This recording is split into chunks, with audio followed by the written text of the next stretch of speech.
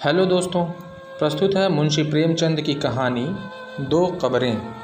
अब न वो यौवन है, न वो नशा, न वो उन्माद। वो महफिल उठ गई, वो दीपक बुझ गया जिससे महफिल की रौनक थी। वो प्रेम मूर्ति कब्र की गोद में सो रही है। हाँ, उसके प्रेमी की छाप अब भी हृदय पर है और उसकी स्मृति आंखों के सामने। वीरांगनाओं में ऐसी वफा, ऐसा प्रेम, ऐसा व्रत दुर्लभ है और रईसों में ऐसा विवाह, ऐसा समर्पण, ऐसी भक्ति और भी दुर्लभ। कुंवर रणवीर सिंह रोज बिना नागा संध्या समय जोहरा की कब्र के दर्शन करने जाते, उसे फूलों से सजाते, आंसुओं से सींचते। 15 साल गुजर गए, एक दिन भी नागा नहीं हुआ। प्रेम की उपासना ही उनके जीवन का उद्देश्य था। उस प्रेम का जिसमें उन्होंने जो कुछ देखा वही पाया और जो अनुभव किया उसी की याद अब भी उन्हें मस्त कर देती है।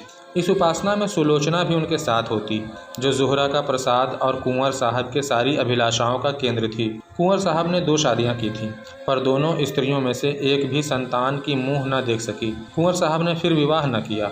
एक दिन एक महफिल में जोहरा के दर्शन हुए।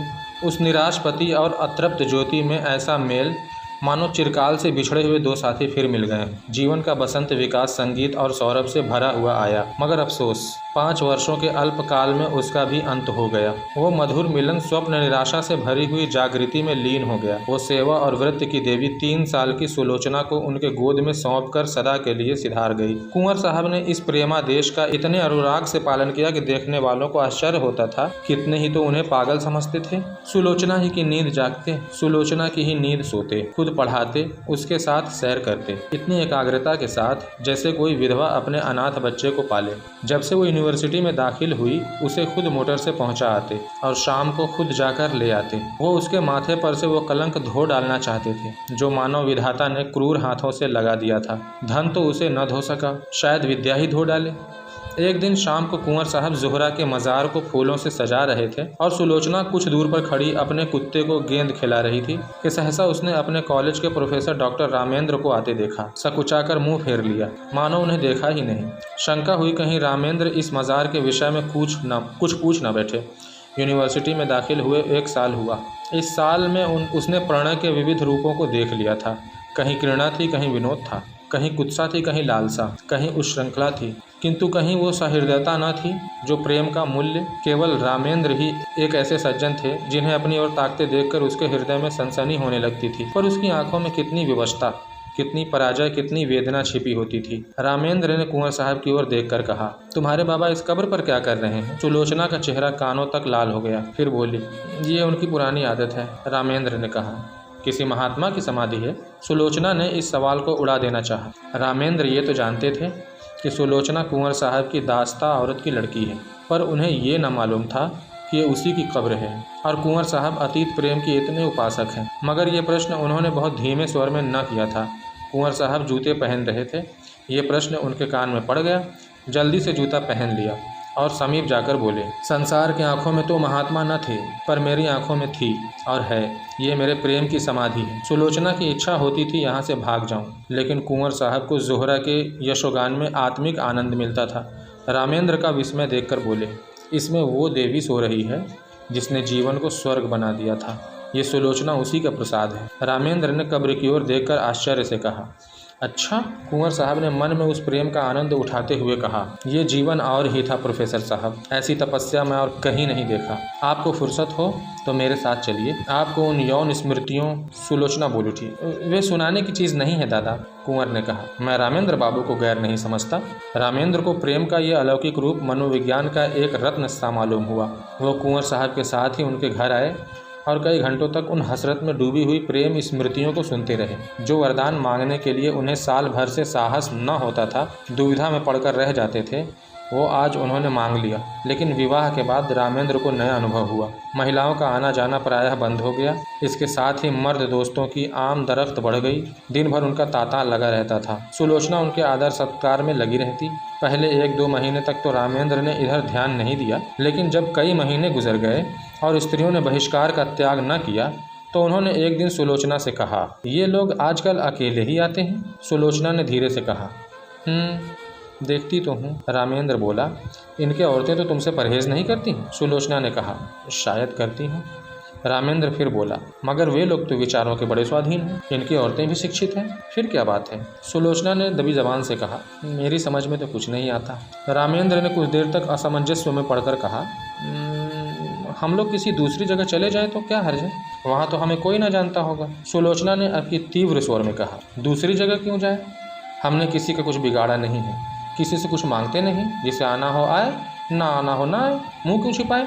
धीरे धीरे रामेंद्र पर एक और रहस्य खुलने लगा, जो महिलाओं के व्यवहार से अधिक घृणास्पद और अपमानजनक था। रामेंद्र को अब मालूम होने लगा कि ये महाशय जो आते हैं और घंटों बैठे सामाजिक और राजनीतिक प्रश्नों पर बहस किया करते हैं, वास्तव में विचार विनिमय के लिए नहीं, बल्कि रूप की उपासना के लिए आते हैं। उनकी आंखें सुलोचना को खोजती रहती हैं, उनके कान उसी की बातों की ओर लगे रहते हैं। उसके रूप माधुर्य का आनंद उठाना ही उनका अभीष्ट है।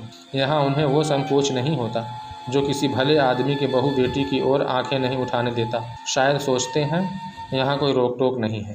कभी कभी जब रामेंद्र की अनुपस्थिति में कोई महाशय आ जाते तो सुलोचना को बड़ी कठिन परीक्षा का सामना करना पड़ता। अपनी चेतवनों से, कुत्सित संकेतों से, अपनी रहस्यमयी बातों से, अपनी लंबी लंबी सांसों से उसे दिखाना चाहते थे कि हम भी तुम्हारी कृपा के भिखारी हैं। अगर रामेंद्र का तुम पर 16 आना अधिकार है तो थोड़ी सी दक्षिणा के अधिकारी हम भी हैं। सुलोचना उस वक्त जहर का घूंट पीकर रह जाती। अब तक रामेंद्र और सुलोचना क्लब जाया करते थे। वहाँ उदार सज्जनों का अच्छा जमघट रहता था। जब तक रामेंद्र को किसी की ओर संदेह न था, वो उसे आग्रह करके अपने साथ ले जाते थे। सुलोचना के पहुँचते ही यहाँ एक स्फूर्ति सी उत्पन्न हो जाती थी। जिस मेज़ पर सुलोचना बैठती उसे लोग घेर लेते थे। कभी कभी सुलोचना गाती थी। उस वक्त सब के सब उन्मत्त हो जाते थे। क्लब में महिलाओं की संख्या अधिक न थी, मुश्किल से 5-6 औरतें थीं, मगर वे भी सुलोचना से दूर दूर रहती थीं। बल्कि अपनी भाव भंगिमाओं और कटाक्षों से तो वे उसे जता देना चाहती थी कि तुम पुरुषों का दिल खुश करो, हम कुलवधुओं के बाद तुम नहीं आ सकती। लेकिन जब रामेंद्र पर इस कटु सत्य का प्रकाश हुआ तो उन्होंने क्लब जाना छोड़ दिया, मित्रों के यहाँ आना जाना भी कम कर दिया और अपने यहाँ आने वालों की भी उपेक्षा करने लगे। वे चाहते थे कि मेरे एकांतवास में कोई विघ्न न डाले। आखिर उन्होंने बाहर आना जाना छोड़ दिया। अपने चारों ओर छल कपट का जाल सा बिछा हुआ मालूम हुआ था। किसी पर विश्वास न कर सकते थे, किसी से सद्व्यवहार की आशा नहीं। रामेंद्र सोचते, ऐसे धूर्त कपटी दोस्ती की आड़ में गला काटने वाले आदमियों से मिले ही क्यों। न कोई चहल पहल उनके लिए कठिन कारवां से कम न था। यद्यपि कर्म और वचन से सुलोचना की दिलजोई करते रहते थे, लेकिन सुलोचना की सूक्ष्म और सशंक आंखों से अब ये बात छिपी न थी कि ये अवस्था इनके लिए दिन प्रतिदिन असह्य होती जाती थी। सुलोचना दिल में सोचती, इनकी ये दशा मेरे ही कारण तो है, मैं ही इनके जीवन का कांटा हो गई। एक दिन रामेंद्र से कहा, आजकल क्लब क्यों नहीं चलते? कई सप्ताह हुए घर से निकलते तक नहीं। रामेंद्र ने बेदिली से कहा, मेरा जी कहीं जाने को नहीं चाहता, अपना घर सबसे अच्छा है। सुलोचना ने कहा, जी तो उगता ही होगा, मेरे कारण ये तपस्या क्यों करते हो? मैं तो ना जाऊंगी। उन स्त्रियों से मुझे घृणा होती है। उनमें एक भी ऐसी नहीं जिसके दामन पर काले दाग ना हो, लेकिन सब सीता बनी फिरती हैं। मुझे तो उनकी सूरत से चिढ़ हो गई है। मगर तुम क्यों नहीं जाते? कुछ दिल ही बहल जाएगा। रामेंद्र ने कहा, दिल नहीं, पत्थर बहलेगा। जब आग अंदर लगी हुई हो तो बाहर शांति कहाँ? सुलोचना चौंक पड़ी। आज पहली बार रामेंद्र के मुंह से ऐसी बातें सुनी। वो अपने ही को बहिष्कृत समझती थी। अपना अनादर जो कुछ था उसका था। रामेंद्र के लिए तो अब भी दरवाजे खुले थे। वे जहाँ चाहे जा सकते थे, जिससे चाहे मिल सकते थे। उनके लिए कौन सी रुकावट है? लेकिन नहीं, अगर उन्होंने किसी कुलीन स्त्री से विवाह किया होता तो उनकी ये दशा क्यों होती? प्रतिष्ठित घरानों की औरतें आती, आपस में मैत्री बढ़ती, जीवन सुख से कटता, रेशम का पैबंद लग जाता। अब तो उसमें टाट का पैबंद लग गया। मैंने आकर सारे तालाब को गंदा कर दिया। उसके मुख पर उदासी छा गई। रामेंद्र को भी तुरंत मालूम हो गया कि उसकी ज़बान से एक ऐसी बात निकल गई जिसके 2 अर्थ हो सकते हैं। उन्होंने फौरन बात बनाई, क्या तुम समझते हो कि हम और तुम अलग अलग हैं? हमारा और तुम्हारा जीवन एक है। जहाँ तुम्हारा आदर नहीं वहाँ मैं कैसे जा सकता हूँ? फिर मुझे भी समाज के इन रंगे सियारों से घृणा हो रही है। मैं इन सबों के कच्चे चिट्ठे जानता हूँ। पद या उपाधि या धन से किसी की आत्मा शुद्ध नहीं हो जाती। जो ये लोग करते हैं वो अगर कोई नीचे दर्जे का आदमी करता, उसे कहीं मुँह दिखाने की हिम्मत न होती। मगर ये लोग अपनी सारी बुराइयां उदारतावाद के पर्दे में छिपाते हैं। इन लोगों से दूर रहना ही अच्छा है। सुलोचना का चित्त शांत हो गया। दूसरे साल सुलोचना के गोद में एक चांद सी बालिका का उदय हुआ। उसका नाम शोभा रखा गया। कुंवर साहब का स्वास्थ्य इन दिनों कुछ अच्छा न था, मसूरी गए थे। ये खबर पाते ही रामेंद्र को तार दिया कि जच्चा और बच्चा को लेकर यहाँ आ जाओ। लेकिन रामेंद्र इस अवसर पर न जाना चाहते थे। अपने मित्रों की सज्जनता और उदारता की अंतिम परीक्षा लेने का इससे अच्छा और कौन सा अवसर हो सकता था। सलाह हुई एक शानदार दावत दी जाए। प्रोग्राम में संगीत भी शामिल था। कई अच्छे अच्छे गवैये बुलाए गए। अंग्रेजी, हिंदुस्तानी, मुसलमानी सभी प्रकार के भोजन का प्रबंध किया गया। कुंवर साहब गिरते पड़ते मसूरी से आए। उसी दिन दावत थी। नियत समय पर निमंत्रित लोग एक एक करके आने लगे। कुंवर साहब स्वयं उनका स्वागत कर रहे थे। खान साहब आए, मिर्ज़ा साहब आए, मीर साहब आए, पर पंडित जी और बाबूजी और लाला साहब और चौधरी साहब, कक्कड़, मेहरा, कौलू और बुक्कू, श्रीवास्तव और खरे किसी का पता न था। ये सभी लोग होटल में सब कुछ खाते थे, अंडे और शराब उड़ाते थे। इस विषय में किसी तरह का विवेक और विचार न करते थे। फिर आज क्यों तशरीफ़ नहीं लाए? इसलिए नहीं कि छूत छात का विचार था, बल्कि इसलिए कि वो अपनी उपस्थिति को इस विवाह के समर्थन की सनद समझते थे और वो सनद देने की उनकी इच्छा न थी। 10 बजे तक रात कुंवर साहब फाटक पर खड़े रहे। जब उस वक्त तक कोई न आया तो कुंवर साहब ने आकर रामेंद्र से कहा, अब लोगों का इंतज़ार फिजूल है, मुसलमानों को खिला दो और बाकी सामान गरीबों को दिला दो। रामेंद्र एक कुर्सी पर हदबुद्धि से बैठे हुए थे। कुंठित स्वर में बोले, जी हाँ, यही तो मैं सोच रहा हूँ। कुंवर ने कहा, मैंने तो पहले ही समझ लिया था। हमारी तौहीन नहीं हुई, खुद उन लोगों की कलई खुल गई। रामेंद्र ने कहा, खैर, पर इच्छा तो हो गई। कहिए तो अभी जा जाकर एक एक की खबर ले लूँ। कुंवर साहब ने विस्मित होकर कहा, क्या उनके घर जाकर? रामेंद्र ने कहा, जी हाँ। पूछूं कि आप लोग जो समाज सुधार का राग अलापते फिरते हैं वो किस बल पर? कुंवर साहब ने कहा, व्यर्थ है, जाकर आराम से लेटो। नेक और बद की सबसे बड़ी पहचान अपना दिल है। अगर हमारा दिल गवाही दे कि यह काम बुरा नहीं तो फिर सारी दुनिया मुंह फेर ले, हमें किसी की परवाह न करनी चाहिए। रामेंद्र ने कहा, लेकिन मैं इन लोगों को यूं न छोड़ूंगा। एक एक की बखिया उधेड़ कर न रख दूं तो नाम नहीं। ये कहकर उन्होंने पत्तल और सपोरे उठवा उठवाकर गरीबों को दान देना शुरू किया। रामेंद्र सैर करके लौटे ही थे कि वैश्याओं का एक दल सुलोचना को बधाई देने के लिए आ पहुंचा। जोहरा की एक सगी भतीजी थी गुलनार, सुलोचना के यहाँ पहले बराबर आती जाती थी। इधर 2 साल से न आई थी। ये उसी का बधावा था। दरवाजे पर अच्छी खासी भीड़ हो गई थी। रामेंद्र ने यह शोरगुल सुना। गुलनार ने उन्हें आगे बढ़कर सलाम किया और बोली, बाबूजी, बेटी मुबारक हो, बधावा लाई हूँ। रामेंद्र पर मनो लकवा सा गिर गया। सिर झुक गया और चेहरे पर कालिमा सी पुत गई। न मुंह से बोले, न किसी को बैठने का इशारा किया, न वहाँ से हिले, बस मूर्तिवत खड़े रह गए। एक बाजारी औरत से नाका पैदा करने का ख्याल इतना लज्जास्पद था, इतना जघन्य कि उसके सामने सज्जनता भी मौन रह गई। इतना शिष्टाचार भी न कर सके कि सबों को कमरे में ले जाकर बिठा तो देते। आज पहली बार उन्हें अपने अधः पतन का अनुभव हुआ। मित्रों की कुटिलता और महिलाओं की उपेक्षा को वे उनका अन्याय समझते थे, अपना अपमान नहीं। लेकिन यह बधावा उनकी आबाद उदारता के लिए भी भारी था। सुलोचना का जिस वातावरण में पालन पोषण हुआ था वो एक प्रतिष्ठित हिंदू कुल का वातावरण था। ये सच है कि अब भी सुलोचना नित्य जोहरा के मज़ार के परिक्रमा करने जाती थी, मगर जोहरा अब एक पवित्र स्मृति थी, दुनिया की मलिनताओं और कलुषताओं से रहित। गुलनार से नातेदारी और परस्पर का निवाह दूसरी बात थी। जो लोग तस्वीरों के सामने सिर झुकाते हैं, उन पर फूल चढ़ाते हैं, वे भी मूर्ति पूजा की निंदा करते हैं। एक स्पष्ट है, दूसरा सांकेतिक। एक प्रत्यक्ष है, दूसरा आंखों से छिपा हुआ। सुलोचना अपने कमरे में चिक की आड़ में खड़ी रामेंद्र का असमंजस और क्षोभ देख रही थी। जिस समाज को उसने अपना उपास्य बनाना चाहा था, जिसके द्वार पर सिजदे करते उसे बरसों हो गए थे, उसकी तरफ से निराश होकर उसका हृदय इस समय उससे विद्रोह करने पर तुला हुआ था। उसके जी में आता था, गुलनार को बुलाकर गले लगा लूं। जो लोग मेरी बात भी नहीं पूछते, उनकी खुशामद क्यों करूं? ये बेचारियां इतनी दूर से आई हैं, मुझे अपना ही समझ कर तो उनके दिल में तो प्रेम तो है, ये मेरे सुख दुख में शरीक होने को तैयार तो हैं। आखिर रामेंद्र ने सिर उठाया और शुष्क मुस्कान के साथ गुलनार से बोले, आइए, आप लोग अंदर चले आइए। ये कहकर वह आगे आगे रास्ता दिखाते हुए दीवान खाने की ओर चले कि सहसा महरी निकली और गुलनार के हाथ में एक पुर्जा देकर चली गई। गुलनार ने पुर्जा लेकर देखा और उसे रामेंद्र के हाथ में देकर वहीं खड़ी हो गई। रामेंद्र ने पुर्जे में देखा, लिखा था, बहन गुलनार, तुम यहाँ नाहक आई, हम लोग यूं ही बदनाम हो रहे हैं। अब और बदनामी मत करो, बधावा वापस ले जाओ। कभी मिलने का जी चाहे रात को आना। और अकेली, मेरा जी तुमसे गले लिपट कर रोने के लिए तड़प रहा है, मगर मजबूर हूँ। रामेंद्र ने पुर्जा फाड़कर फेंक दिया और उदंड होकर बोले, इन्हें लिखने दो, मैं किसी से नहीं डरता, अंदर आओ। गुलनार ने एक कदम पीछे फिर कर कहा, नहीं बाबूजी, अब हमें आज्ञा दीजिए। रामेंद्र ने कहा, 1 मिनट तो बैठो, गुलनार ने कहा।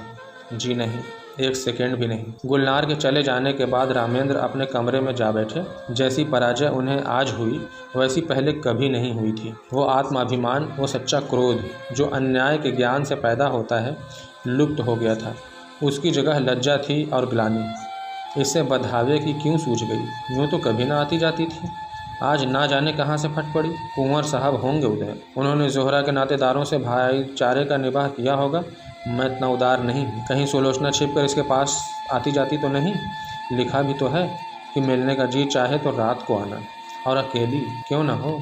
खून तो वही, मनोवृत्ति वही, विचार वही, आदर्श वही। माना कुंवर साहब के घर में पालन पोषण हुआ, मगर रक्त का प्रभाव इतनी जल्दी नहीं मिट सकता। दोनों बहनें मिलती होंगी तो उनमें क्या बातें होती होंगी? इतिहास या नीति की चर्चा तो नहीं हो सकती, वही निर्लज्जता की बातें होती होंगी। गुलनार अपना वृत्तांत कहती होंगी, उस बाजार के खरीदारों और दुकानदारों के गुण दोषों पर बहस होती होगी। ये तो हो ही नहीं सकता कि गुलनार इसके पास आते ही अपने को भूल जाए और कोई भद्दी, अनर्गल और कलुषित बातें न करे। एक क्षण में उनके विचारों ने पलटा खाया। मगर आदमी बिना किसी से मिले जुले रह भी तो नहीं सकता, ये भी तो एक तरह की भोग है। भूख में अगर शुद्ध भोजन ना मिले तो आदमी झूठा खाने से भी परहेज नहीं करता। अगर इन लोगों ने सुलोचना को अपनाया होता, उसका यूं बहिष्कार ना करते, तो उसे क्यों ऐसे प्राणियों से मिलने की इच्छा होती? उसका दोष नहीं, सारा दोष परिस्थितियों का है जो हमारे अतीत की याद दिलाती रहती है। रामेंद्र इन्हीं विचारों में पड़े हुए थे। कुंवर साहब आ पहुँचे और कटु स्वर में बोले, मैंने सुना गुलनार अभी बधावा लाई थी, तुमने उसे लौटा दिया? रामेंद्र का विरोध सजीव हो उठा। फिर बोले, मैंने तो नहीं लौटाया, सुलोचना ने लौटाया, पर मेरे ख्याल में अच्छा ही किया। कुंवर साहब ने कहा, तो ये कहो कि तुम्हारा इशारा था। तुमने इन पतितों को अपनी ओर खींचने का कितना अच्छा अवसर हाथ से खो दिया। सुलोचना को देखकर जो कुछ असर पड़ा वो तुमने मिटा दिया। बहुत संभव था कि एक प्रतिष्ठित आदमी से नाता रखने का अभिमान उसके जीवन में एक नए युग का आरंभ करता, मगर तुमने इन बातों का जरा भी ध्यान न दिया। रामेंद्र ने कोई जवाब न दिया। कुंवर साहब जरा उत्तेजित होकर बोले, आप लोग ये क्यों भूल जाते हैं कि हर एक बुराई मजबूरी से होती है। चोर इसलिए चोरी नहीं करता कि चोरी में उसे विशेष आनंद आता है, बल्कि केवल इसलिए कि ज़रूरत उसे मजबूर कर देती है। हाँ, वो ज़रूरत वास्तविक है या काल्पनिक, इसमें मतभेद हो सकता है। स्त्री के मैके जाते समय कोई गहना बनवाना एक आदमी के लिए ज़रूरी हो सकता है, दूसरे के लिए बिल्कुल गैर ज़रूरी। क्षुद्धा से व्यतीत होकर एक आदमी अपना ईमान खो सकता है, दूसरा मर जाएगा पर किसी के सामने हाथ ना फैलाएगा। पर प्रकृति का ये नियम आप जैसे विद्वानों को न भूलना चाहिए कि जीवन लालसा प्राणी मात्र में व्यापक है। जिंदा रहने के लिए आदमी सब कुछ कर सकता है। जिंदा रहना जितना ही कठिन होगा, बुराइयां उसी मात्रा में बढ़ेंगी। जितना ही आसान होगा, उतनी ही बुराइयां कम होंगी। हमारा ये पहला सिद्धांत होना चाहिए कि जिंदा रहना हर एक के लिए सुलभ हो। रामेंद्र बाबू, आपने इस वक्त इन लोगों के साथ वही व्यवहार किया जो दूसरे आपके साथ कर रहे हैं और जिससे आप बहुत दुखी हैं। रामेंद्र ने इस लंबे व्याख्यान को इस तरह सुना जैसे कोई पागल बक रहा। इसी तरह के दलीलों पर वो खुद कितनी ही बार समर्थन कर चुके थे, पर दलीलों से व्यथित की अंग पीड़ा शांत न होती। पतित स्त्रियों का नातेदारों के हैसियत से द्वार पर आना इतना अपमानजनक था कि रामेंद्र किसी दलील से पराभूत होकर उसे भूल न सकते थे। फिर बोले, मैं ऐसे प्राणियों से कोई संबंध नहीं रख सकता, ये विष अपने घर में नहीं फैलाना चाहता। सहसा सुलोचना भी कमरे में आ गई। प्रसव काल का असर अभी बाकी था, पर उत्तेजना ने अभी चेहरे को आरक्त कर रखा था। रामेंद्र सुलोचना को देखकर तेज हो गए। वे उसे जता देना चाहते थे कि इस विषय में मैं एक रेखा तक जा सकता हूँ, उसके आगे किसी तरह नहीं जा सकता। फिर बोले, मैं ये कभी ना पसंद करूँगा कि कोई बाजारी औरत किसी भेष में मेरे घर में आए। रात को अकेले या सूरत बदल कर आने से इस बुराई का असर नहीं मिट सकता। मैं समाज के दंड से नहीं डरता, इस नैतिक विष से डरता हूँ। सुलोचना अपने विचार में मर्यादा रक्षा के लिए काफ़ी आत्मसमर्पण कर चुकी थी। उसकी आत्मा ने अभी तक उसे क्षमा न किया था। तीव्र स्वर में बोली, क्या तुम चाहते हो कि मैं इस कैद में अकेले जान दे दूँ? कोई तो हो जिसे आदमी हंसे बोले। रामेंद्र ने गर्म होकर कहा, हंसने बोलने का इतना शौक था तो मेरे साथ विवाह नहीं करना चाहिए था। विवाह का बंधन बड़ी हद तक त्याग का बंधन है। जब तक संसार में इस विधान का राज्य है और स्त्री कुल मर्यादा का रक्षक समझी जाती है, उस वक्त तक कोई मर्द ये स्वीकार न करेगा कि उसकी पत्नी बुरे आचरण के प्राणियों के साथ किसी प्रकार का संबंध रखे। कुंवर साहब समझ गए कि इस वाद विवाद से रामेंद्र और भी जिद पकड़ लेंगे और मुख्य विषय लुप्त हो जाएगा, इसलिए नम्र स्वर में बोले, लेकिन बेटा, ये क्यों ख्याल करते हो कि ऊंचे दर्जे की पढ़ी लिखी स्त्री दूसरों के प्रभाव में आ जाएगी, अपना प्रभाव न डालेगी? रामेंद्र ने कहा, इस विषय में शिक्षा पर मेरा विश्वास नहीं। शिक्षा ऐसी कितनी बातों को मानती है जो रीति नीति और परंपरा की दृष्टि से त्याज्य है। अगर पाँव फिसल जाए तो हम उसे काट कर फेंक नहीं देते। पर मैं इस एनालॉजी के साथ सामने झुकने को तैयार नहीं। मैं स्पष्ट कर देना चाहता हूँ कि मेरे साथ रहकर पुराने संबंधों का त्याग करना पड़ेगा। इतना नहीं, मन को ऐसे बना लेना पड़ेगा कि ऐसे लोगों से उसे खुद घृणा हो। हमें इस तरह से अपना संस्कार करना पड़ेगा कि समाज अपने अन्याय पर लज्जित हो, न ये कि हमारे आचरण ऐसे भ्रष्ट हो जाएं कि दूसरों की निगाहों में ये तिरस्कार औचित्य का स्थान पा जाए। सुलोचना ने उद्धत होकर कहा, स्त्री इसके लिए मजबूर नहीं है कि वो आपकी आंखों से देखे और आपके कानों से सुने। उसे ये निश्चय करने का अधिकार है कि कौन सी चीज़ उसके हित की है, कौन सी नहीं। कुंवर साहब भयभीत होकर बोले, सिल्लो, तुम भूल जाती हो कि बातचीत में हमेशा मुलायम शब्दों का व्यवहार करना चाहिए। हम झगड़ा नहीं कर रहे हैं, केवल एक प्रश्न पर अपने अपने विचार प्रकट कर रहे हैं बेटा। सुलोचना ने निर्भीकता से कहा, जी नहीं, मेरे लिए बेड़ियाँ तैयार की जा रही हैं। मैं इन बेड़ियों को नहीं पहन सकती। मैं अपनी आत्मा को उतना ही स्वाधीन समझती हूँ जितना कोई मर्द समझता है। रामेंद्र ने अपनी कठोरता पर कुछ लज्जित होकर कहा, मैंने तुम्हारे आत्मा की स्वाधीनता को छीनने की कभी इच्छा नहीं की, और न मैं इतना विचारहीन हूँ। शायद तुम भी इसका समर्थन करोगी, लेकिन क्या तुम्हें विपरीत मार्ग पर चलते देखूं? तुम्हें तो समझा भी नहीं सकता। सुलोचना ने कहा, उसी तरह जैसे मैं तुम्हें समझा सकती हूँ। तुम मुझे मजबूर नहीं कर सकते। रामेंद्र ने कहा, मैं इसे नहीं मान सकती। सुलोचना ने कहा, अगर मैं अपने किसी नातेदार से मिलने जाऊँ तो आपकी इज्जत में बट्टा लगता है। क्या इसी तरह आप ये स्वीकार करेंगे कि आपका व्यभिचारियों से मिलना जुलना मेरी इज्जत में दाग लगाता है? रामेंद्र ने कहा, हाँ, मैं मानता हूँ। सुलोचना ने कहा, आपका कोई व्यभिचारी भाई आ जाए तो आप उसे दरवाजे से भगा देंगे? रामेंद्र ने कहा, तुम मुझे इसके लिए मजबूर नहीं कर सकती। सुलोचना ने कहा, और आप मुझे मजबूर कर सकते हैं। बेशक। क्यों?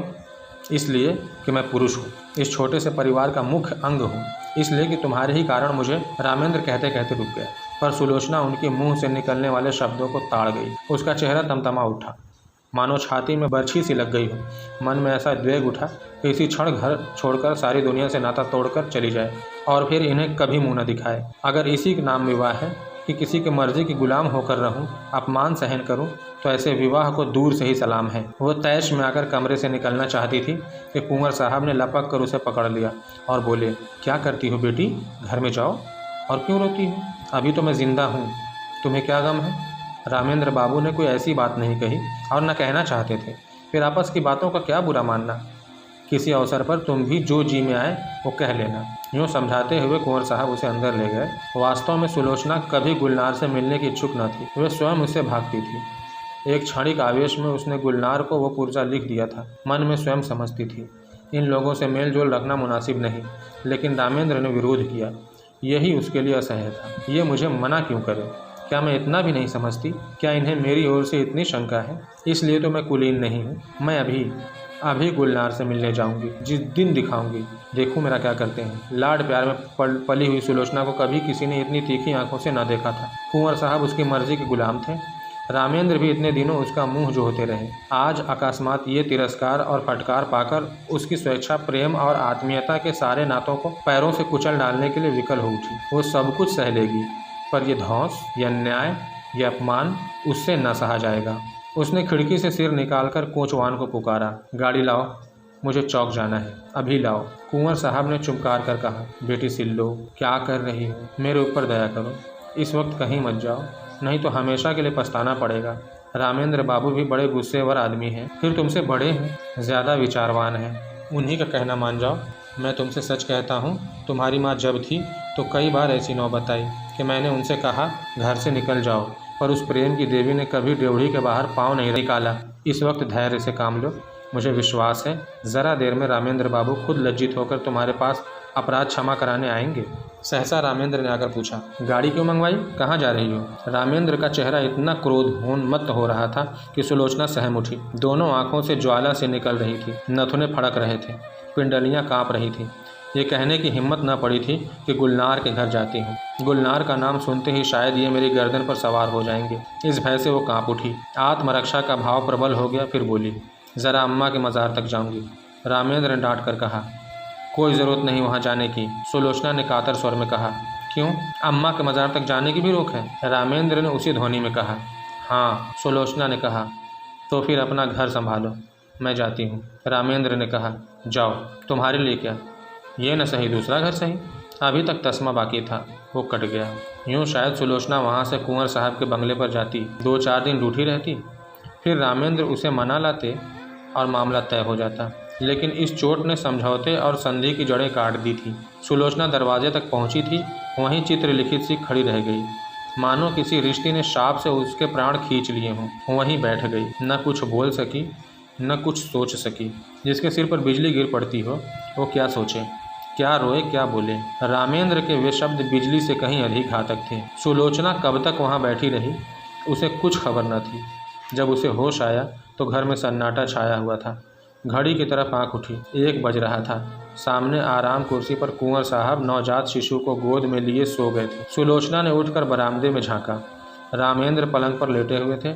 उसके जी में आया, इसी वक्त इन्हीं के सामने जाकर कलेजे में छुरी मार लूं और इन्हीं के आगे तड़प तड़प कर मर जाऊं।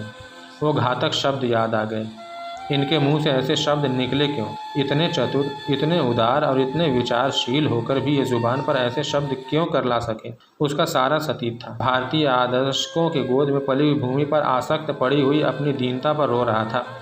वो सोच रही थी, अगर मेरे नाम पर यह दाग न होता, मैं भी कुलीन होती, तो क्या ये शब्द इनके मुंह से निकल सकते थे? लेकिन मैं बदनाम हूँ, दलित हूँ, त्याज्य हूँ, मुझे सब कुछ कहा जा सकता है। उफ, इतना कठोर हृदय! क्या वो किसी दशा में भी रामेंद्र पर इतना कठोर प्रहार कर सकती थी? बरामदे में बिजली की रोशनी थी। रामेंद्र के मुख पर क्षोभ या ग्लानि का नाम भी न था। क्रोध की कठोरता अब तक उसके मुंह को विकृत किए हुए थी। शायद इन आंखों में आंसू देखकर अब भी सुलोचना के आहत हृदय को तस्कीन होती, लेकिन वहाँ तो अभी तक तलवार खींची हुई थी। उसकी आंखों में सारा संसार सूना हो गया। सुलोचना फिर अपने में कमरे में आई। कुंवर साहब की आंखें बंद थीं। इन चंद घंटों ही में उसका तेजस्वी मुख कांतिहीन हो गया था। गालों पर आंसुओं की रेखाएं सूख गई थीं। सुलोचना ने उनके पैरों के पास बैठकर सच्ची भक्ति के आंसू बहाए। हाय, मुझ अभागिन के लिए इन्होंने कौन कौन से कष्ट नहीं झेले, कौन कौन से अपमान नहीं सहे। अपना सारा जीवन ही मुझ पर अर्पण कर दिया, और उसका ये हृदय विदारक अंत। सुलोचना ने फिर बच्चे को देखा, मगर उसका गुलाब का सा विकसित मुंह देखकर भी उसके हृदय में ममता की तरंग न उठी। उसने उसकी तरफ से मुंह फेर लिया। यही वो अपमान की मूर्तिमान वेदना है जो इतने दिनों तक मुझे भोगनी पड़ी। मैं इसके लिए क्यों अपने प्राण संकट में डालूं? अगर उसके निर्दयी पिता को उसका प्रेम है तो उसको पाले, और एक दिन वो भी उसी तरह रोए जिस तरह आज मेरे पिता को रोना पड़ रहा है। ईश्वर, अब की अगर जन्म देना तो किसी भले आदमी के घर जन्म देना। जहाँ जोहरा का मज़ार था, उसी के बगल में एक दूसरा मज़ार बना हुआ है। जोहरा के मज़ार पर घास जमाई है, जगह जगह से चूना गिर गया है, लेकिन दूसरा मज़ार बहुत साफ़ सुथरा और सजा हुआ है। उसके चारों तरफ गमले रखे हुए हैं और मज़ार तक जाने के लिए गुलाब की बेलों की रविशें बनी हुई हैं। शाम हो गई है। सूर्य की क्षीण उदास पीली किरणें मानो उस मज़ार पर आंसू बहा रही हैं। एक आदमी एक 3-4 साल की बालिका को गोद में लिए हुए आया और मज़ार को अपने रुमाल से साफ़ करने लगा। रविशों में जो पत्तियां पड़ी हुई थीं उन्हें चुन चुन कर साफ़ किया और मज़ार पर सुगंध छिड़कने लगा। बालिका दौड़ दौड़ कर तितलियों को पकड़ने लगी। ये सुलोचना का मज़ार है। उसकी आखिरी नसीहत थी कि मेरी लाश जलाई न जाए, मेरी माँ के बगल में मुझे सुला दिया जाए। कुंवर साहब तो सुलोचना के बाद 6 महीने से ज़्यादा न चल सके। हाँ, रामेंद्र अपने अन्याय का पश्चाताप कर रहे थे। शोभा अब 3 साल की हो गई है और उसे विश्वास है कि एक दिन उसकी माँ इसी मज़ार से निकलेगी। मुंशी प्रेमचंद की कहानी 2 कब्रें।